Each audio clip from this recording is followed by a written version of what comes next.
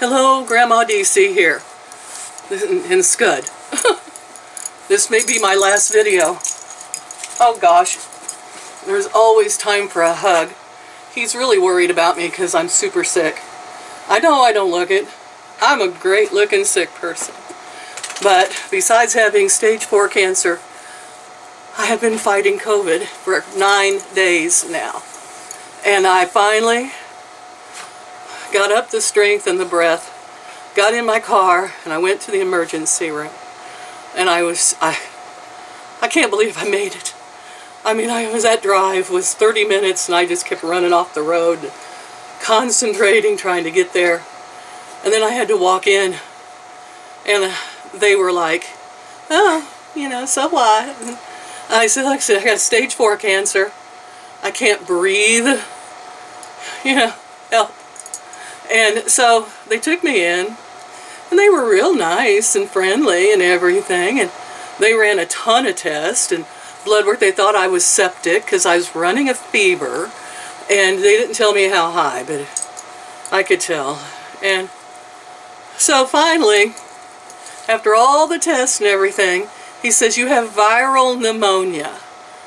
Okay. Put me in the hospital, give me a breathing treatment, do something. And Scott, his paws it down my shirt. And so they did give me a breathing treatment. Oh, immediately. My lungs had felt like paper bags, and I could, breathe better.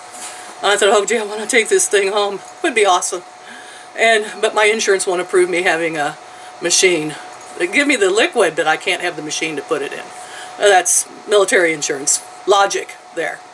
And so I did that, and then he goes, well, we're going to release you. We're going to send you home. Oh, really?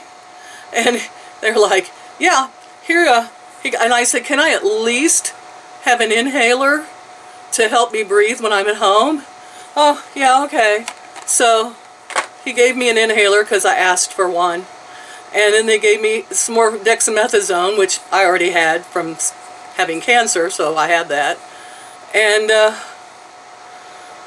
I had been treating myself with it. So he sent me another script of dexamethasone. And that was it. They didn't even put me in a wheelchair to walk me out. They were just like, bye. Oh, and you know what? Maybe you would benefit from some antiviral treatments. Would you be willing to do that? And I'm like, yeah, I need help. I would be willing to do anything. Come on, bring it on, And he's like, oh, okay. And he left. And then when the nurse came and was making me sign papers to check out, I said something about, did he order the antiviral? Because the pharmacy had texted me and said my other two, my inhaler and steroid, were ready. I said, is the antiviral there? And she goes, no. I said, well, where do I go to get the antiviral treatment or whatever? She says, well, I don't know. He ordered it through infusion. Well, I go to infusion every 3 weeks in Columbia, Missouri for my cancer. I don't know where there's an infusion unit in this giant hospital complex I'm sitting in Sedalia. Do I need to locate on a Saturday an infusion unit that will be closed today? I asked, and she says, I don't know. There's a phone number on here. You can call this phone number. I'm dying, and you want me to call a phone number that's closed today, I'm sure, and tomorrow. Gee, thanks. Too sick to walk, too sick to, barely got out of the ER. I don't even remember. I was hard getting dressed. I remember that. I had trouble getting my pants on, getting my clothes on. The nurses were a little, like this patient waiting for me to get my foot in my pants. And I finally got down the door.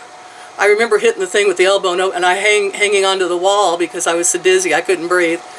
And the officer outside did offer to get me a wheelchair, but I only had 20 feet to go to my car at that point. And I said, I'll make it. And I did. I made it to my car. I don't know how I managed to drive home. I literally, there's no way I could have found an infusion unit somewhere in a town where I have no idea where it would be, and I had no directions, and I'm like, so I made it home. And last night, I woke up in the middle of the night just soaking in sweat.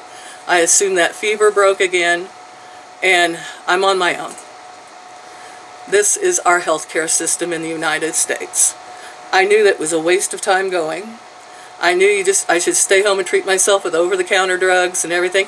Well, no wonder we have people die of overdoses from over-the-counter drugs, because you can't get help at hospitals, so we just have to try to treat ourselves and become our own doctor.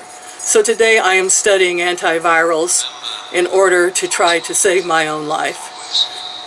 That's where we're at, guys, and if I don't make it, I'm really sorry. I hope you enjoyed this channel. And what can I say?